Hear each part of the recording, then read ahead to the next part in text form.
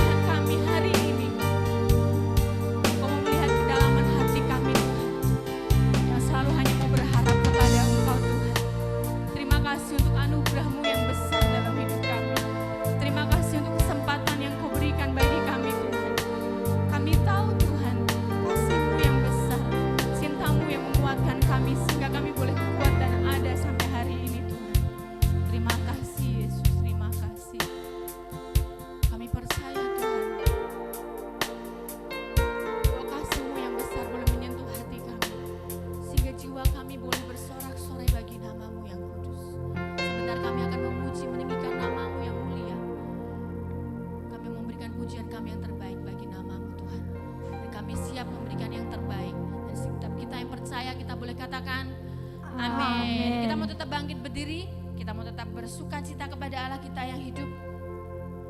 Kita mau pujikan sorak-sorai bagi nama Tuhan. Haleluya. Kita mau katakan bahwa kita lebih dari pemenang.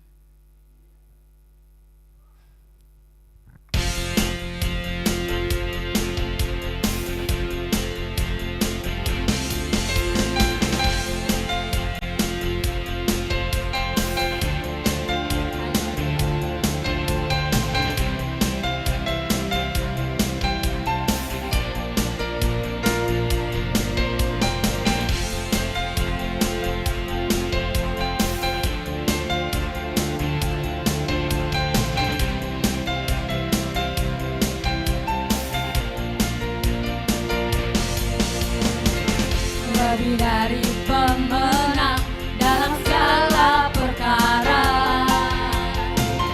iblis tak dikalahkan oleh kuasa darahnya.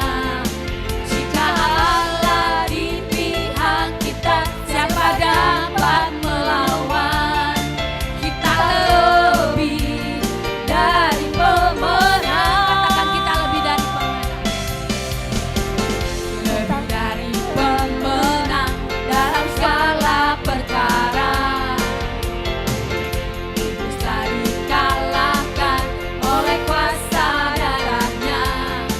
Jika Allah di pihak kita, siapa dapat melawan? Kita lebih dari pemenang. Haleluya. Kibarkanlah panjinya, Yesus Raja segala raja. Haleluya. Bangkitlah gerejanya, kita lebih dari pemenang. Kita lebih dari pemenang oleh karena Tuhan yang sudah membebaskan kita dari setiap belenggu-belenggu dosa. Haleluya. Lebih dari pemenang dalam segala perkara, iblis tak dikalahkan oleh kuasa darahnya. Jika Allah di pihak kita, siapa dapat melawan? Kita lebih dari pemenang. Katakan haleluya. Haleluya. Kibarkanlah panjinya, Yesus Raja segala raja. Haleluya. Bangkitlah gerejanya, kita lebih dari pemenang. Katakan haleluya. Haleluya. Kibarkanlah panjinya, Yesus Raja segala raja. Haleluya. Bangkitlah gerejanya, kita lebih dari pemenang. Kita lebih dari pemenang. Kita lebih dari pemenang. Kita lebih dari pemenang. Kita lebih dari pemenang. Berikan kemuliaan bagi Allah kita yang luar biasa. Haleluya. Masih sanggup berdiri? Haleluya. Masih sempat berdiri? Kita mau tetap bangkit berdiri. Kita mau tetap bersukacita sama Tuhan. Kalau yang nggak kuat berdiri boleh duduk. Tapi kita mau tetap bersukacita karena Allah kita yang luar biasa. Haleluya.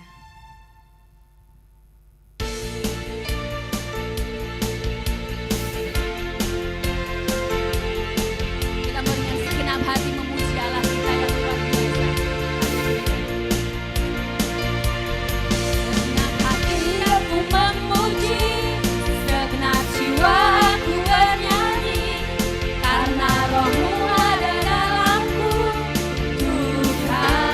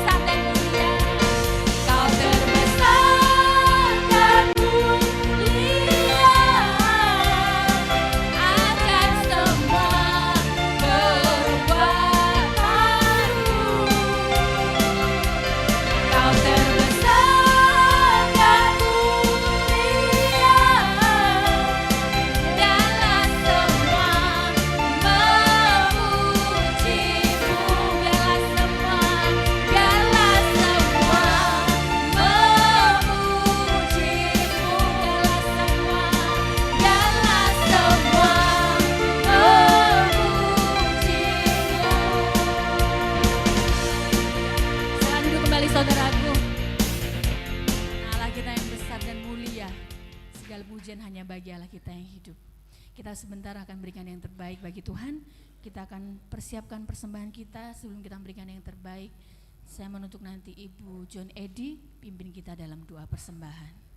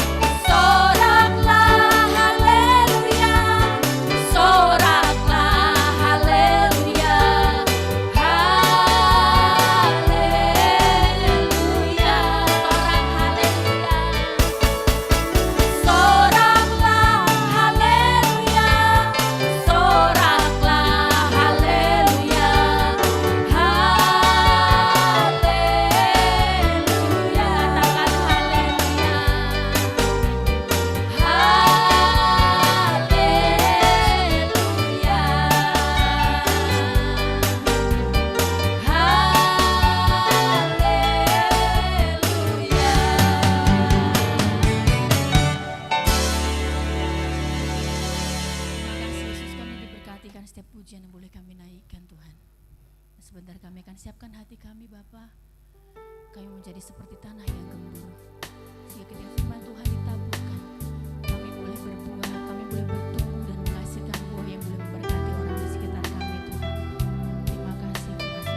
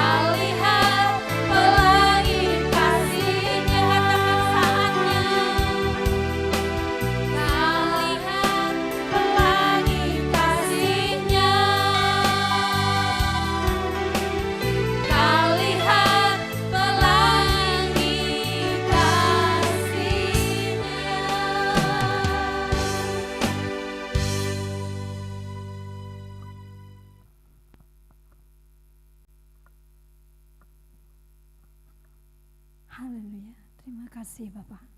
Makasih ya Tuhan Yesus. Pada saat ini kami boleh datang ke hadirat-Mu, menaikkan puji-pujian kami, berseru ke hadapan-Mu di hadirat-Mu. Terima kasih ya Tuhan Yesus, kami telah mempersembahkan persembahan kami sebagai puji-pujian kami. Biarlah itu ya Tuhan boleh menjadi persembahan yang agung dan mulia di hadapan-Mu. Ini kami ya Tuhan saatnya akan mendengarkan firman-Mu. Terima kasih ya Bapa. Kau izinkan kami boleh ya Tuhan duduk diam dan menikmati hadirat-Mu, mendengarkan firman-Mu. Engkau urapi kami semua ya Tuhan. Layakkan kami dan urapi ya Tuhan Bapak Gembala kami yang akan yang memberikan firman. Engkau lebih dan lebih lagi pakai hamba-Mu ya Tuhan untuk boleh membawa kami juga ya Tuhan melakukan segala yang terbaik dan mempermuliakan nama-Mu ya Tuhan. Terima kasih ya Tuhan. Biarlah pada saat ini Roh-Mu yang menyala-nyala atas kami dan kami boleh menikmati firman-Mu. Terima kasih ya Tuhan, kami siapkan hati kami. Kami akan duduk diam dan mengucap syukur atas firman-Mu. Terima kasih ya Tuhan Yesus, hanya di dalam nama-Mu kami berseru haleluya. Amin. Amin. Silakan duduk Bapak Ibu Saudaraku. Ya, Shalom. Selamat pagi. Ya, hari ini kita kembali belajar firman Tuhan. Saya akan kembali meneruskan hari ini bagian terakhir dari seri khotbah Tuhan Yesus ya, khotbah di bukit ya. Hari ini yang terakhir saya selesaikan. Nanti setelah itu kita menjelang Natal. Buka terlebih dahulu dalam Matius pasal 5. Matius pasal yang ke-5 ayatnya yang ke-10 sampai dengan 12. Bisa ya. Ya, Matius pasal 5 ayat 10 sampai dengan 12. Kok macet ya? Bapak Saudara, sudah ketemu? Kita akan baca bersama 3 ayat ini. Matius pasal 5, coba PowerPoint-nya diganti ke PowerPoint. Matius pasal 5 ayat 1 sampai dengan 11. 1 sampai dengan 2, ayat 10 sampai dengan 12 saya jadi gagal fokus ini. Bapak sudah ketemu? Ya, Matius pasal 5. Ya sudah bisa. Matius pasal 5 ayat yang 10 sampai dengan 12 kita akan baca bersama. Hanya 3 ayat ini sebagai landasan kebenaran firman Tuhan pagi hari ini. Sudah ketemu Bapak Saudara? Ya, 2, 3. Berbahagialah orang yang dianiaya oleh sebab kebenaran, karena merekalah yang empunya kerajaan surga. Berbahagialah kamu jika kamu karena aku kamu dicela dan dianiaya dan kepadamu difitnahkan segala yang jahat. Bersukacitalah dan bergembiralah karena upahmu besar di surga. Amin. Sudah ya. Sudah cukup sampai ayat 12 saja ya. Jadi ini adalah seri terakhir ya, khotbah Tuhan Yesus di bukit ya, ucapan bahagia yang terakhir maksud saya ya, ucapan bahagia yang ke-8 ya. Kita sudah belajar banyak hal ya, mulai dari akar, mulai batang sampai dengan buahnya ya. Kehidupan kita warga negara kerajaan surga itu diibaratkan seperti pohon saudara ya, kayak saya sudah ya. Jadi akarnya kuat, tujuan kita sebagai warga kerajaan surga akarnya harus kuat ya.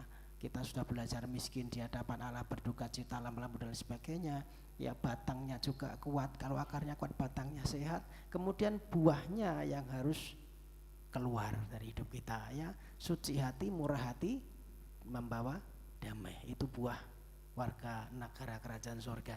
Tetapi Bapak Ibu Saudara, ternyata apa yang sudah baik ini tidak cukup, tidak berhenti sampai di situ.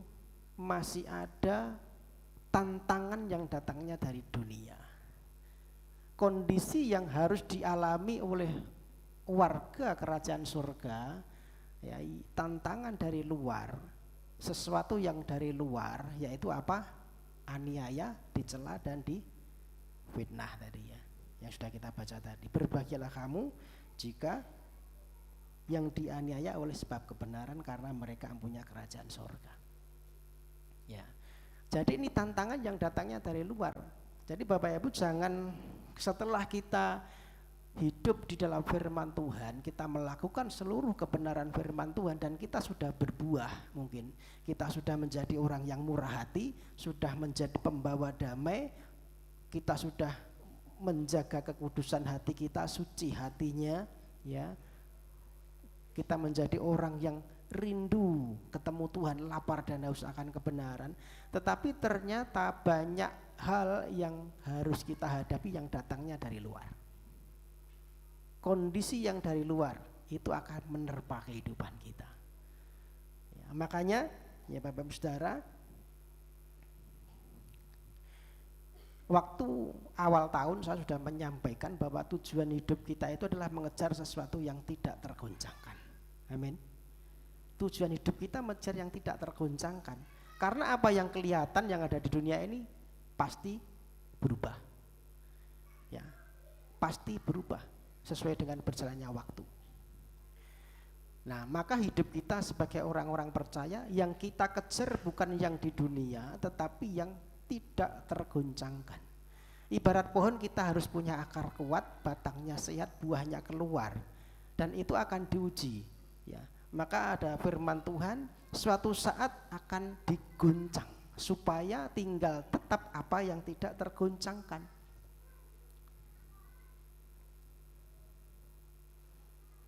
Sama seperti pohon harus menghadapi badai, ada angin, ya, ada cuaca yang tidak baik, bahkan musim kadang-kadang tidak mendukung, ya, sehingga pohon ini harus menghadapi terpaan dari luar, ujian yang datangnya dari kondisi sekelilingnya. Hidup kita juga demikian, kita dihadapkan dalam kondisi yang seperti ini. Tidak usah minta saudara, pasti kita ngalami. Karena ini firman Tuhan, ya, pasti, ya. Saudara, apa yang kita baca tadi, berbahagialah orang yang berbahagialah orang yang dianiaya oleh sebab kebenaran, karena mereka yang mempunyai kerajaan surga. Sekali lagi, ini merupakan satu kontroversi. Setuju ya? Tuhan berkata, berbicaralah orang yang dianiaya. Dalam pandangan dunia ini berbanding terbalik, saudara. Apa ada orang berbahagia karena dianiaya? Nggak mungkin, kan gitu ya? Nggak mungkin. Konsepnya bahagia dunia sama konsepnya bahagia Tuhan ternyata berbeda. Mulai dari ya berbahagialah orang yang miskin di hadapan Allah, itu saja sudah bertolak belakang, sudah kontroversi. Ya kalau dunia berkata jangan ada aniaya baru bahagia, betul. Jangan ada fitnah, itu baru bahagia. Jangan sampailah kita dicela, itu baru bahagia. Ya kan konsepnya dunia begitu. Orang yang mengalami penderitaan, ya, dianiaya, dicela, difitnah, ini kan bicara penderitaan, saudara. Mana mungkin bahagia? Justru orang yang mengalami seperti ini harusnya kasihanlah kita kan gitu ya. Ini orang yang ya mesake, kasihan, yang layak dikasihani kan gitu. Tetapi firman berkata berbahagia. Saudara jujur, kalau mengalami penderitaan berbahagia atau berduka cita? Mau jujur? Berbahagia atau berduka cita kalau mengalami penderitaan? Mengalami aniaya, mengalami dicela, difitnah, ini kira-kira bahagia atau menderita? Nah, menderita kan ya. Tapi firman Tuhan berkata berbahagia itu berarti firman Tuhan salah. Ya, sudah percaya firman Tuhan? Amin ya. Kalau firman Tuhan berkata berbahagialah orang yang dianiaya, berarti itu benar. Amin. Benar ya, setuju ya. Ya tapi tadi saya tanya, kalau dianiaya itu berbahagia atau menderita? Menderita, Pak. Ya, tergantung. Iya. Itu kondisinya, saudara. Susah, ya. Kita mau menerjemahkan ayat ini bagaimana mungkin, Tuhan? Aku dianiaya kok berbahagia, gitu ya. Wong difitnah, dicela kok berbahagia. Ngalami penderitaan kok berbahagia. Ya. Kan susah masuk di nalar kita, gitu, saudara. Ya, tapi nanti kita belajar, ya nanti kita belajar. Jadi kita paham, ya kita paham nanti. Jadi nek ngono aku rasa nang gereja, dianiaya kan gitu ya. Serasa melu Tuhan Yesus, nggak usah ikut Tuhan lah kalau dianiaya kan gitu kan. Ya.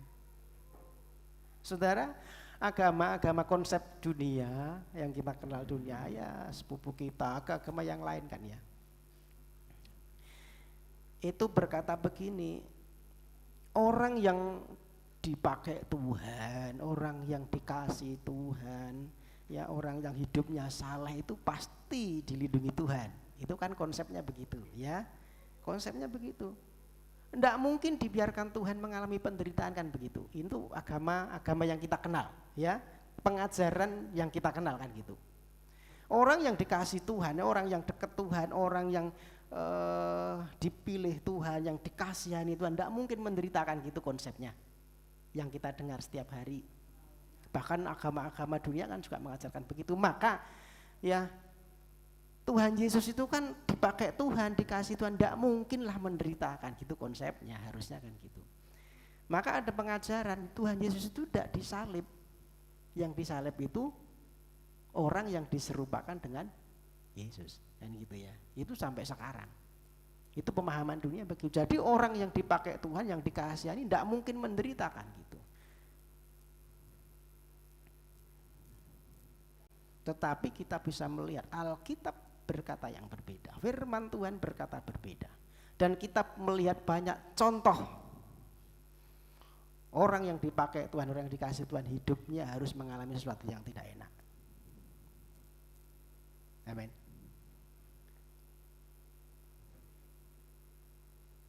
Kalau kita bicara Abraham pun juga diuji Tuhan. Kita seringkali mendengar Abraham diuji imannya, ya. Apalagi kalau kita belajar Ayub. Ayub itu orang yang saleh, takut Tuhan. Tapi diizinkan mengalami sesuatu yang sampai habis semua. Itu artinya konsepnya yang kita kenal hari ini, konsep bahwa orang yang dikasih Tuhan tidak mungkin menderita, itu berarti salah. Ternyata orang saleh pun menderita gitu loh. Tetapi mari kita belajar, di balik semuanya itu ada sesuatu yang Tuhan sediakan. Amin. Firman Tuhan yang kita baca pagi ini berkata, meski dianiaya atau menderita, tetapi jika kita menjalaninya itu di dalam Tuhan, maka disebut berbahagia. Disebut berbahagia.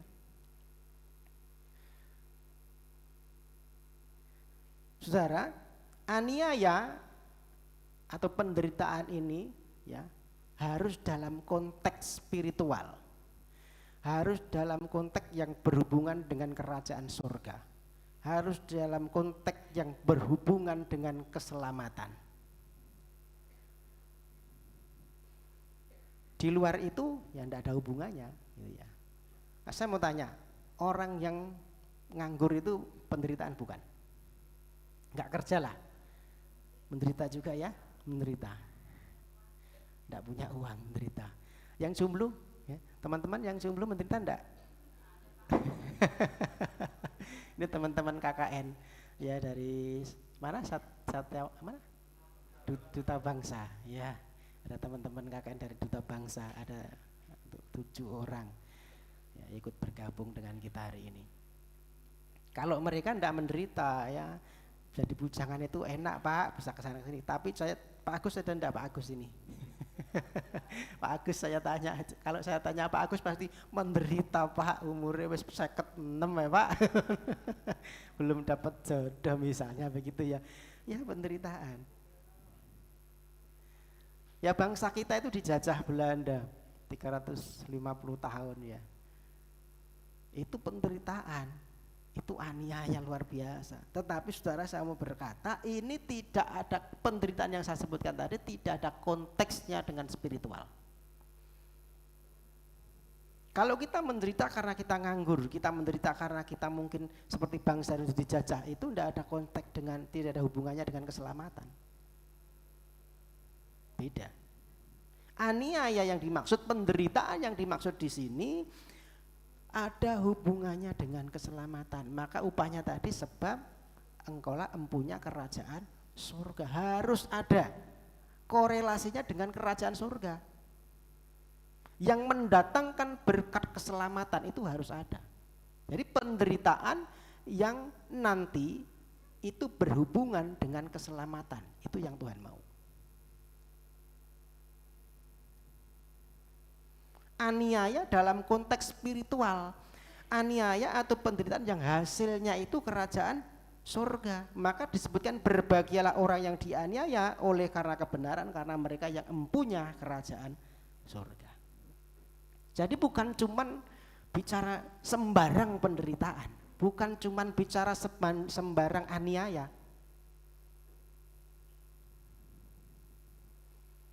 Jelas disebutkan dianiaya oleh sebab apa?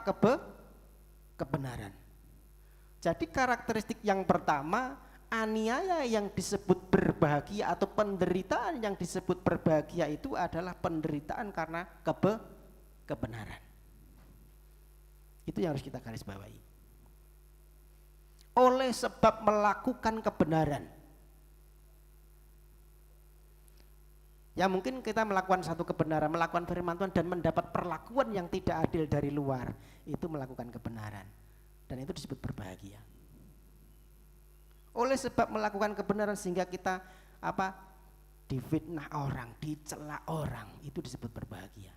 Konteksnya harus dalam kebenaran. Harus melakukan kebenaran. Ya karena kebenaran ini ada hubungannya dengan keselamatan. Amin. Jadi bukan penderitaan karena kebodohan, bukan penderitaan karena kekonyolan kita, bukan kebenaran, bukan penderitaan karena kesalahan kita sendiri, bukan. Kalau kita mencuri, kemudian ditangkap, digebuki, menderita, dianiaya, nah itu tidak ada hubungannya dengan keselamatan, saudara.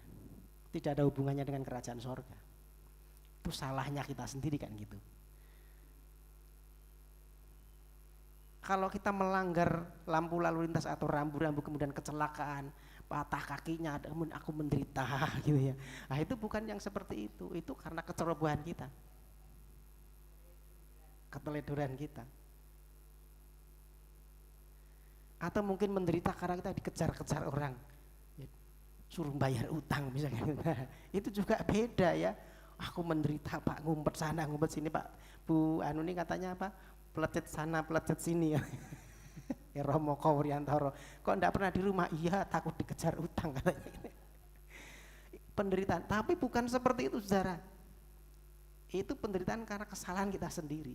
Jadi penderitaan yang seperti ini atau aniaya yang kita alami, kalau itu bukan karena kebenaran, enggak ada hubungannya dengan kerajaan sorga.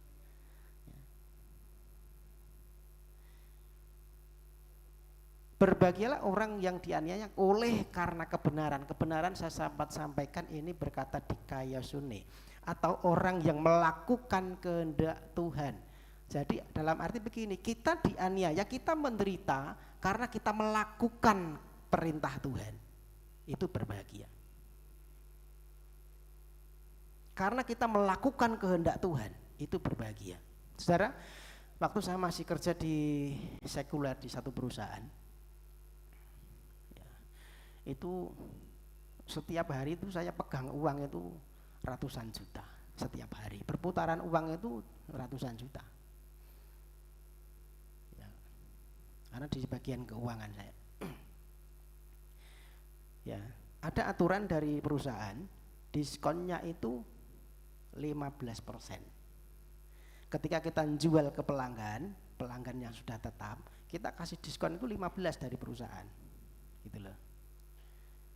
Kemudian ya kan saya punya banyak teman saya ini kan main, dari perusahaan kasih 15, nanti ke pelanggan dia kasih cuma 5%, dia dapat 10%-nya. Lumayan, kalau 100 juta berapa? Gitu ya. Dia cuma kasih 7%-nya, 7,5%-nya gitu ya. Nah, teman-teman saya ini kan ngajak, karena saya kan baru. Ya karena ada yang sudah lama, yang sudah senior itu ngajak. Sudah manut aku gitu loh. Dari perusahaan 15%, kan perusahaan enggak ngerti kita mau kasih diskon berapa. Pokoknya ngertinya 15%. Notanya kan 15%, kita kasih nota yang bikin kita sendiri ke pelanggan gitu ya. Ketika dia bayar kita dapat untung gitu ya. Saya dihadapkan dengan pilihan ya. Mau menurut mau jujur atau mau ya istilahnya korupsi toh itu. Itu kan korupsi perusahaan juga gitu. Saya enggak mau, saudara. Akhirnya apa? Ya sudah, dicuekin saya. Mereka yang teman-teman saya nih enggak mau ngajarin. Kalau dia pergi ya pergi sendiri, dia marketing sendiri, saya tinggalin aja begitu. Apa saya keluar? Enggak, saya bertahan. Saya ini berpegang pada kebenaran. Kalaupun saya hari ini sedang mungkin mereka menjauhi saya, mereka enggak suka sama saya, ya, ujung-ujungnya kan mau melempar saya supaya saya bisa keluar kan gitu. Tapi Tuhan itu luar biasa, pembelaan Tuhan. Ketika dia sedang gencar-gencarnya, saya itu dikasih inventaris mobil baru ya, dibelikan baru gitu, enggak dikasih saudara, saya dikasih mobil apa ya, Chery 10 itu lelek gitu bekas gitu ya, kasihkan saya yang baru, dibawa sama dia yang senior saya gitu. Oh ya sudah, enggak apa-apa, saya cuma ya ngikuti aja gitu lah. Tapi pembelaan Tuhan itu sempurna. Suatu saat ketahuan ini orang ini, ketahuan oleh perusahaan ya, dia main di situ sampai sekitar 500 juta ya, 500 jutaan ketahuan, pakai sendiri, main diskon gini. Bahkan uang-uang yang harusnya disetorkan ke perusahaan enggak disetor, dibawa sendiri. Kan saya dapat pembelaan dari Tuhan. Ketika semua terbongkar, ini keluar semua, kan tinggal saya sendiri kan. Ya, artinya kalau kita hidup dalam kebenaran itu berbahagia, karena pada saatnya Tuhan bela. Amin. Itu pilihan. Kita mau hidup dalam kebenaran, sesuai dengan kebenaran atau di luar kebenaran. Ya kalau kita hidup di luar kebenaran dan menderita penganiayaan, ya itu sudah wajar. Tetapi kalau kita hidup mempertahankan kebenaran dan kita menderita, kita dianiaya, dicela, difitnah, mungkin dijauhi, ya berbahagia karena upahmu besar di surga. Amin. Jadi konsep penderitaan, konsep aniaya itu harus dalam konteks melakukan kebenaran. Setuju, katakan amin. Melakukan kebenaran, hidup karena melakukan kebenaran, bukan karena kecerobohan, bukan karena kebodohan, bukan karena kita teledor, bukan karena maunya kita sendiri, ya.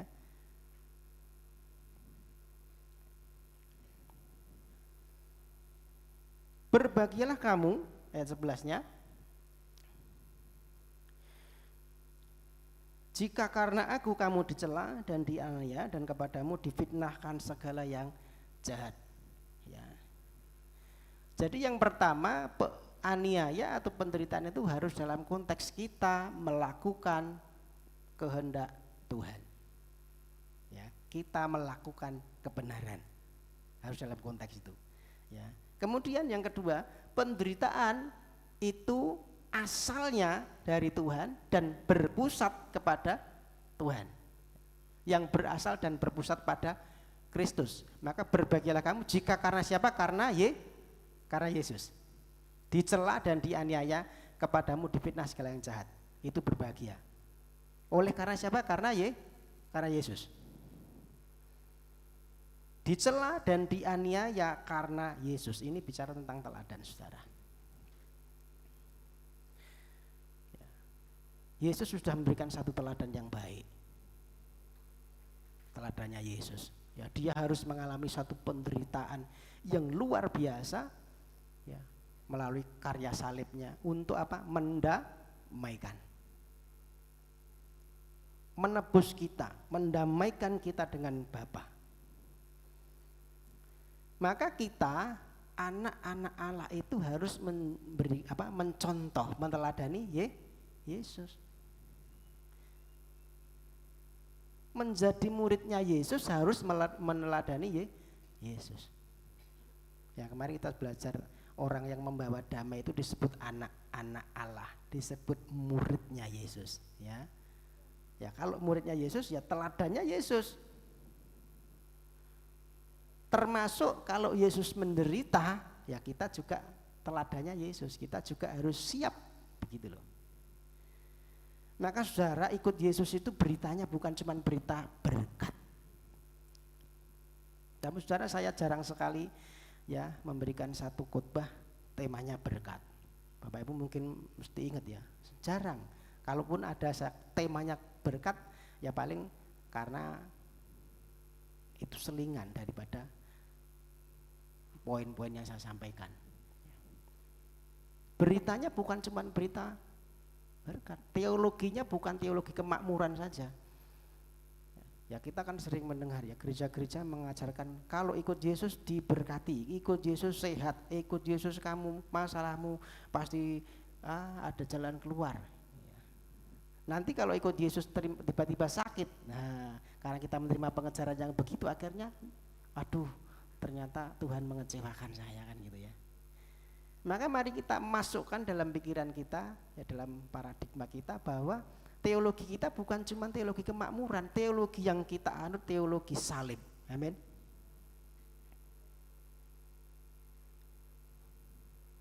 Karena di balik salib ini ada kemuliaan, itu loh yang benar. Ya. Di balik salib ini ada kemuliaan. Jadi bukan cuma kita anut kemuliaannya aja. Untuk mencapai kemuliaan itu ada harga yang harus dibayar. Amin.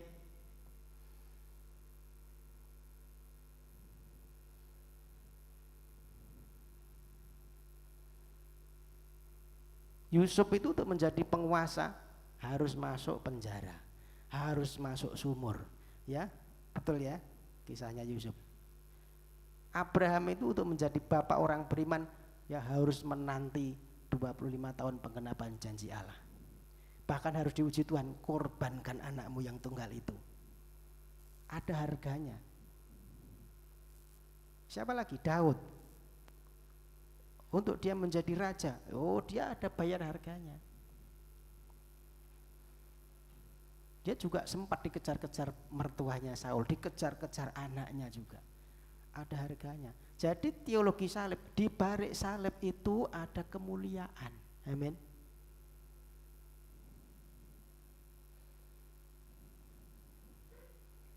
Ini membuat kita menjadi orang-orang Kristen yang tidak manja, saudara. Maunya berkat terus, Tuhan berkati aku, Tuhan sembuhkan aku, enggak salah. Ya, tetapi kita juga harus paham, ikut Tuhan itu kadang Tuhan izinkan ngalami ini. Dicela, dianiaya, difitnah. Sesuatu yang tidak baik harus kita tanggung juga. Karena ini memurnikan, saudara. Memurnikan. 1 Petrus pasal 1 ayat 6 sampai dengan 7.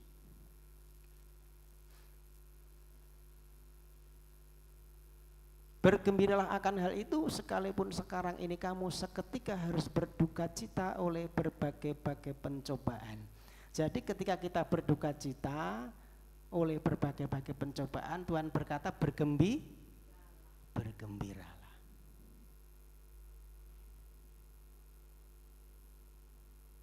Seketika itu cuma sebentar gitu loh ya.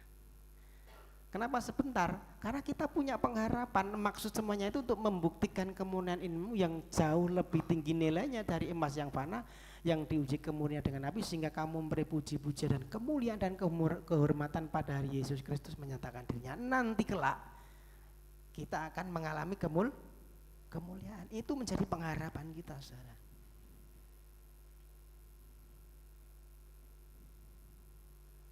iman kita diuji kemurniannya. Ya, gereja Tuhan itu akan diuji kemurnian imannya. Maka saudara, kalau hari-hari ini kita mungkin sedang mengalami ujian itu, bergembiralah. Kayak emas di lebur ya itu disebutkan, seperti emas yang dimurnikan. Ya, kotoran-kotoran itu harus disingkirkan, harus dimurnikan benar-benar hanya emas 24 karat, emas yang murni. Dan itu perlu dibakar dengan luar biasa. Menyingkirkan yang palsu.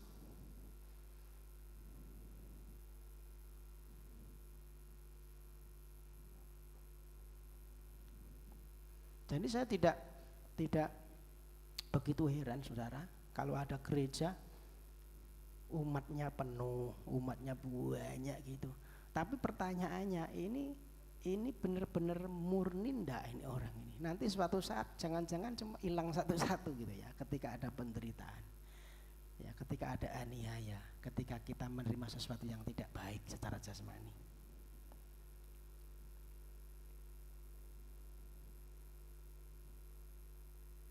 Jadi penderitaan yang asalnya dari Yesus ya dan bersumber kepada Yesus itu yang membuat kita berbahagia. Ya.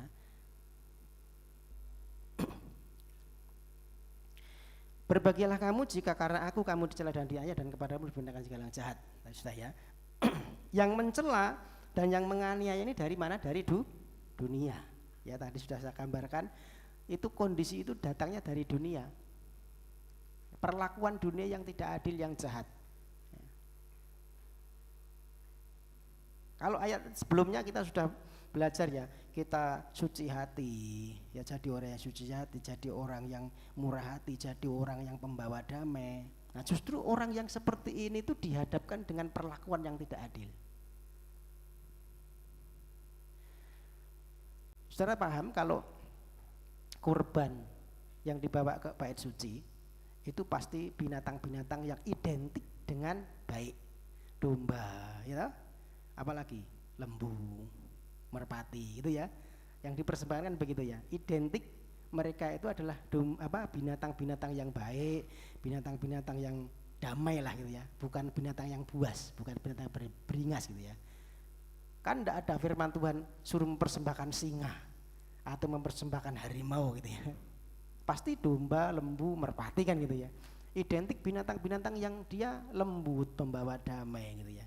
Nah justru orang-orang yang baik, orang-orang yang lembut, orang-orang yang suci hati, orang-orang yang murah hati kadang-kadang jadi korban saudara.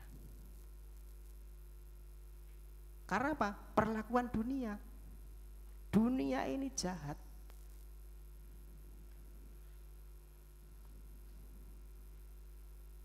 Justru orang-orang yang hidupnya saleh itu menderita satu yang tidak baik, jadi korban. Ya.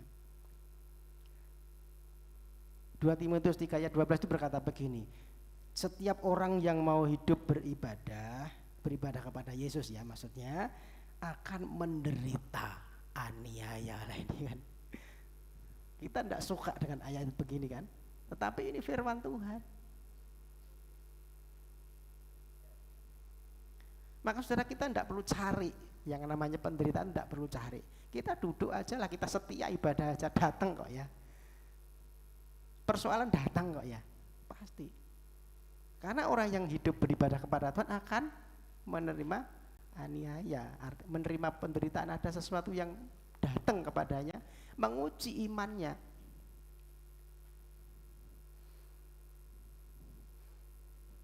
Saudara, iblis itu tidak perlu cari orang yang jahat untuk diuji, ya kan? Untuk dikasih sesuatu yang tidak baik. Iblis tidak perlu cari orang-orang yang jahat, orang yang hidupnya tidak karuan. Justru yang dicari itu orang-orang yang saleh. Maka Ayub ketika hidupnya saleh, iblis itu minta izin sama Tuhan. Izinkan kan ya. Akhirnya Tuhan izinkan. Yang mencobai kan iblis sebenarnya, cuma Tuhan mengizinkan. Yang mengganggu dunia kegelapan itu justru orang-orang yang hidupnya memancarkan kemuliaan Allah, orang-orang yang hidupnya saleh, orang-orang yang hidupnya takut Tuhan. Itu justru menjadi musuhnya iblis. Jadi penderitaan kita itu bukan dari apa penderitaan yang karena kita ini memang bukan dari dunia. Kita ini bukan warga kerajaan dunia. Walaupun kita hidup di dunia, kita itu sudah dicap Tuhan warga kerajaan surga.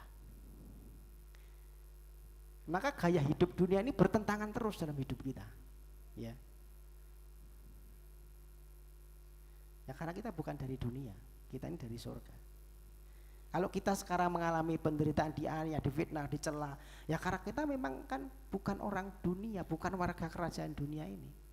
Kita ini warga kerajaan Tuhan, warga kerajaan surga.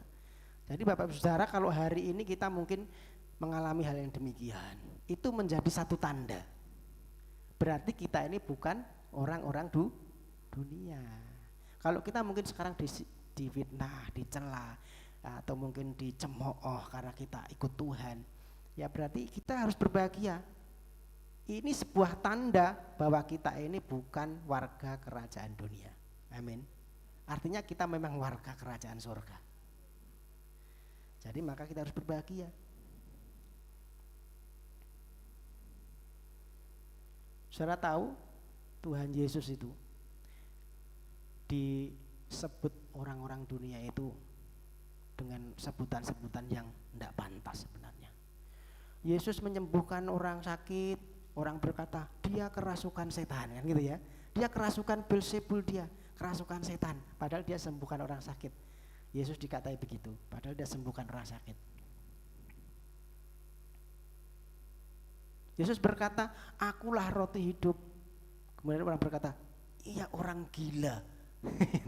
Maka kok bicara akulah roti hidup, barang siapa makan aku kamu akan hidup tidak akan mati lagi. Wow, ini orang tidak waras ini. Dunia berkata begitu. Nah kalau Tuhan saja itu dicela begitu, ya dicap yang tidak baik seperti itu, apalagi kita murid-muridnya. Amin. Kalau kita sudah siap sedia itu, ya kita harus siap disebut kafir mungkin gitu ya. Ya kan? Tapi enggak usah takut saudara. Orang-orang mungkin si kafir iki gitu ya, mungkin darahnya halal kan, mungkin begitu. Orang berkata begitu ya. Kita direndahkan. Ya Yesus saja ngalami kok.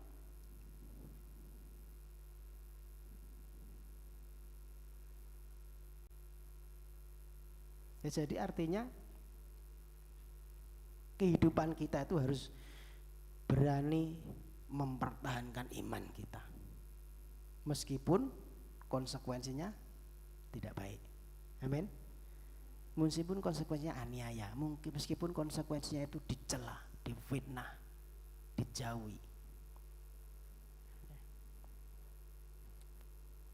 Daniel ini dimasukkan gua singa karena mempertahankan imannya. Sadrah, Mesah, Abednego dimasukkan perapian karena mempertahankan imannya. Nah kita ini kan belum apa-apa, baru diperhadapkan dengan pasangan hidup aja sudah aduh rasanya nggak ada ya, belum dapat pasangan hidup, nanti ada tawaran pasangan hidup dari dunia lain dari agama lain, akhirnya imannya kandas ya. Baru seperti itu, belum hubungannya dengan nyawa, itu aja sudah kadang-kadang kita kalah gitu loh. Ya maka firman ini mengingatkan kita, kalau kita ngalami sesuatu yang seperti itu, kita harus punya iman yang sekalipun. Amin. Sekalipun diperhadapkan dengan hal yang mungkin tidak enak, ya kita tetap Yesus. Amin. Iman yang sekalipun. Terakhir ya, wah ini sudah rasanya saya sudah melihat dari atas itu lemah letih lesu gitu loh. Maka yang terakhir lah ya karena memang ya capek mungkin ya. Kenapa kita berbahagia ketika mengalami sesuatu yang demikian? Karena memang ada upah, saudara. Ada upah. Ada upahnya. Ada upah besar. Ya. Bersukacitalah dan bergembiralah karena upahmu besar di surga. Sebab dengan demikian juga telah dianiaya nabi-nabi yang sebelum kamu. Ada upah di surga. Jadi Bapak Ibu Saudara, upah kita itu di surga. Upahnya di surga. Bukan sekarang tapi nanti. Itu yang menjadi pengharapan kita. Ya kalau kita berdoa mungkin belum ada pertolongan Tuhan ya, atau mungkin hari-hari kita mengalami justru yang seperti itu, kita sudah berdoa tapi kok sepertinya Tuhan belum tolong ya. Maka arahkan pandangan kita itu ke surga saja, kepada janji Tuhan. Ada upah di surga. Yang penting kita hidupnya dalam kebenaran itu tadi loh kuncinya. Mari kita konsentrasi bahwa di balik penderitaan, di balik aniaya, di balik celah, di balik fitnah, di balik sesuatu yang kita alami itu ada sesuatu kemuliaan nanti di surga. Ya, itu yang harus jadi penghiburan buat kita. Maka petani itu rela untuk susah-susah, panas-panas, ya, dia kerjakan ladangnya, dia kerjakan sawahnya, tidak peduli hujan, tidak peduli panas. Karena dia punya pengharapan nanti kalau panen itu ada hasil. Ya, jadi penghiburan kita itu, ya ada pengharapan kita yang nanti kita itu bisa membuat menghadapi tantangan. Ya, ada pengharapan yang membuat kita itu bertahan ketika kita menghadapi tantangan. Ada mahkota kemuliaan di sana. Saudara Bapak Ibu saudaraku yang dikasihi Tuhan, aniaya, dicela, difitnah, penderitaan yang kita alami karena kebenaran, ya, itu bukan pilihan. Kita tidak bisa pilih, ya, itu kewajiban. Ya, kalau kita hidup benar, hidup sesuai dengan firman, kemudian kita mengalami sesuatu yang seperti itu kewajiban, ya, bukan pilihan. Kita tidak bisa pilih. Wana iso jangan Tuhan, tidak bisa. Itu kewajiban. Bersukacitalah firman Tuhan berkata, karena upahmu besar di surga. Ya, kalau hari-hari kita mengalami itu, ya, lakukan terus kebenaran, hiduplah terus dalam kebenaran, ya, jadilah murid Tuhan, dan Tuhan berkata, berbahagialah kamu. Amin. Berbahagia kamu kalau mengalami seperti itu. Kita tetap bertahan hidup dalam kebenaran. Puji Tuhan, yang boleh saya sampaikan pagi hari ini, biar firman Tuhan ini boleh menjadi kekuatan iman kita, ya, untuk kita terus bertahan hidup dalam kebenaran, karena ada upah di surga, ada upah yang begitu luar biasa, ada mahkota kemuliaan di sana. Itu yang menjadi pengharapan kita. Tuhan Yesus memberkati. Mari kita berdoa. Ada yang bisa musik teman-teman itu? Saya suruh main keyboard? Tidak ada? Tidak ada? Bisa main keyboard enggak? Kalau enggak bisa langsung saya tutup doa. Biasanya anak saya yang main, kita mau puji Tuhan, tapi karena enggak ada, ya kita langsung tutup doa. Bapak Ibu saudaraku, kita akan tutup dalam doa. Terima kasih Tuhan Yesus, kami bersyukur firman-Mu sudah disampaikan pagi hari ini. Biar firman kebenaran ini menjadi penghiburan buat kami, menjadi pegangan dalam hidup kami, dalam kami mengiring Tuhan. Kami menyadari dalam kami mengiring Tuhan dihadapkan dengan banyak hal. Ada celah, ada aniaya, ada fitnah, ada sesuatu yang membuat kami mungkin sepertinya tidak kuat dan bahkan mungkin mau meninggalkan Tuhan. Tetapi firman-Mu berkata Tuhan, ketika kami mengalami yang seperti itu, hidup dalam kebenaran dan mengalami sesuatu yang tidak baik karena kondisi lingkungan di sekeliling kami yang mau mengguncang iman kami harus tetap bertahan. Sebab ada upah yang besar, ada mahkota kemuliaan di balik penderitaan itu, dan kami harus berbahagia, bersukacita mengalaminya bersama-sama dengan Tuhan. Terima kasih buat firman ini, meteraikan firman ini di hati kami supaya kami terus bertumbuh di dalam Tuhan, menjadi pribadi-pribadi yang kuat di dalam Yesus. Sekali Yesus tetap Yesus sampai selama-lamanya, sampai Tuhan datang, kami terus bertahan dalam iman kami kepada Tuhan. Berkati setiap kami Tuhan, yang susah Tuhan hibur, yang lemah berikan kekuatan yang baru, yang sakit Tuhan jamah Engkau sembuhkan di dalam nama Yesus. Kami berdoa untuk Bu Parti, Tuhan jamah sembuhkan, pulihkan dengan sempurna kesehatannya. Kami juga berdoa untuk Bu Cari, berdoa untuk Bu Markamah, berdoa untuk Mas Pran, berdoa untuk Pak Parto, berdoa untuk Pak Uskaria. Siapapun yang harian sedang lemah tubuhan, sudah lemah tubuh Tuhan, Engkau jamah sembuhkan dalam nama Yesus. Kuasa darah Yesus itu boleh memulihkan mereka, menyembuhkan mereka. Terima kasih Tuhan, kami percaya berkat-Mu atas kami semua. Dalam nama Tuhan Yesus kami menaikkan doa hormat syukur kami ini. Haleluya. Amin. Ya, itu yang boleh saya sampaikan Bapak Ibu Saudara, biar ini menjadi berkat buat kita semua. Sebentar saya akan sampaikan pengumuman untuk jadwal ibadah kita 1 pekan ke depan, biarlah ini menjadi perhatian kita semua. Hari Rabu masih ada doa ya, tidak dipakai ya. Hari Rabu ada doa di tempat jam 9 sampai dengan 10, doa ibadah doa. Kemudian hari Kamis nanti ada komsel jam 6:30 sampai dengan selesai di tempatnya, jadwalnya di tempatnya Mas Susilo. Mas Susilo hadir? Siap ya? Iya, di Mas Susilo siap 6:30 sampai dengan selesai. Kemudian hari Jumat nanti ada ibadah Jumat ceria. Hari Jumat itu ada ada Natal sekolahan loh. Apakah itu masih tetap ada Jumat ceria? Libur ya, kasihan ya anak-anak ya. Iya. Oh, untuk latihan aja, tidak ada ibadah. Ya. Jadi hari Jumat karena sudah ada ibadah Natal di sekolahan, anak-anak ikut Natal di sekolahan. Untuk Jumat cerianya khusus untuk latihan Natal aja, ya. Nanti bisa. Jamnya jam 4 sore. Ada Natal di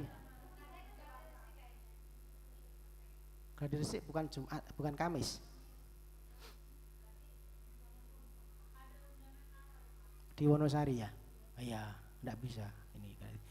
Jadi libur aja lah ya, daripada bingung nanti latihannya diganti minggu depannya ya. Jumat ceria libur karena sudah ada Natal di sekolahan anak-anak. Kemudian hari Sabtu nanti ibadah Yud jam 6 sampai dengan selesai di tempat ini. Ya, saya berharap teman-teman kalau bisa bergabung teman-teman yang oh iya. Saya kok lupa. Hari Sabtu kita ada Natal ternyata. Aduh. Lupa saya. Jadi saudara, hari Sabtu ada Natal Punguhan. Ya, kita dipakai jam 3 ya. Ya, jam 3 ada Natal Punguhan. Teman-teman bisa hadir ya. Nanti jam 3 sore di tempat ini ada Natal teman-teman yang Medan ini. Khusus orang-orang Medan. Ada Natal di sini jam 3 sore. Itu ya. Kita ketemu hari Minggu, ada ibadah umum ya, jam 9 seperti biasa sampai dengan selesai. Saya mengundang kembali Bapak Ibu Saudara bisa kembali hadir ya, kita akan bersama-sama menyembah Tuhan, muji Tuhan dan bertumbuh bersama. Ya, itu yang boleh saya sampaikan jadwal ibadah kita 1 pekan ke depan. Kemudian besok Saudara, besok itu ada Natal juga di sini. Terlalu banyak, padat sekali jadwalnya. Besok itu ada Natal hamba-hamba Tuhan di sini saudara, jam 10 sampai dengan selesai. Nah, saudara-saudara kalau punya waktu, yang kebetulan mungkin luang waktunya, kalau mau ikut ya enggak apa-apa lah ya, untuk meramaikan gitu. Silakan datang, silakan hadir jam 10 ya, jam 10 sampai ya, nanti juga bantu-bantu untuk melayani makan minumnya juga enggak apa-apa gitu ya. Yang enggak tidak repot. Yang tidak punya kesibukan silakan bisa datang. Untuk besok jam 10 tanggal 11 hari Senin. Itu yang boleh saya sampaikan. Mari kita akhiri ibadah kita pagi hari ini. Silakan Bapak Ibu bangkit berdiri. Kita akan kembali sekali lagi berdoa. Kita mohon berkat-berkat Tuhan. Bapak Surgawi, Bapak yang baik, sungguh kami bersyukur Engkau sudah menyertai rangkaian ibadah kami awal sampai dengan akhir. Kami sudah menaikkan pujian syukur kami di hadapan-Mu. Kami sudah memberikan korban syukur kami melalui harta benda yang Tuhan percayakan buat kami. Sudah kami berikan untuk mempermuliakan nama Tuhan, biar itu menjadi persembahan yang berkenan, menyenangkan hati Tuhan. Kami juga sudah tidak beri benih firman-Mu, biar benih kebenaran ini boleh tertanam di hati kami. Firman itu berakar, bertumbuh dan berbuah, sehingga hidup kami makin hari makin diubahkan serupa segambar dengan Tuhan. Setelah kami beribadah kepada-Mu dengan sepenuh hati kami mau pulang dengan berkat-berkat-Mu Tuhan. Kami percaya Tuhan memberkati kesehatan kami, Tuhan memberkati rumah tangga kami, Tuhan memberkati anak-anak kami yang sudah yang sekolah. Tuhan memberkati usaha dan pekerjaan kami, apa yang kami kerjakan dengan tangan kami Tuhan membuatnya berhasil. Setiap kami keluar diberkati Tuhan, setiap kami masuk pun diberkati Tuhan. Kami percaya Engkau yang mengangkat kami terus di antara segala bangsa, membawa kami terus tidak turun, menjadi kepala dan bukan ekor seperti janji firman-Mu. Terima kasih Tuhan Yesus, terima kasih Bapak Ibu Saudaraku, angkatlah tangan-Mu, arahkan pandangan ke surga dan marilah kita terima berkat-berkat Tuhan. Tuhan Yesus memberkati engkau dan melindungi engkau. Tuhan Yesus yang menyinari engkau dengan wajahnya dan memberi engkau kasih karunia. Tuhan Yesus menghadapkan wajahnya kepadamu dan memberi engkau damai sejahtera. Terimalah setiap berkat-berkat itu, berkat Bapa, Putra dan Roh Kudus. Di dalam nama Tuhan Yesus Kristus memberkati kita mulai hari ini sampai dengan selama-lamanya, sampai Maranatha, sampai Tuhan datang kedua kalinya. Setiap kita yang percaya diberkati, mari sama-sama katakan amin.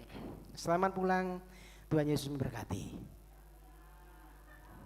Bapa terima kasih, Bapa terima kasih, Bapa di dalam surga, ku berterima kasih. Amin. Selamat pulang, Tuhan Yesus memberkati.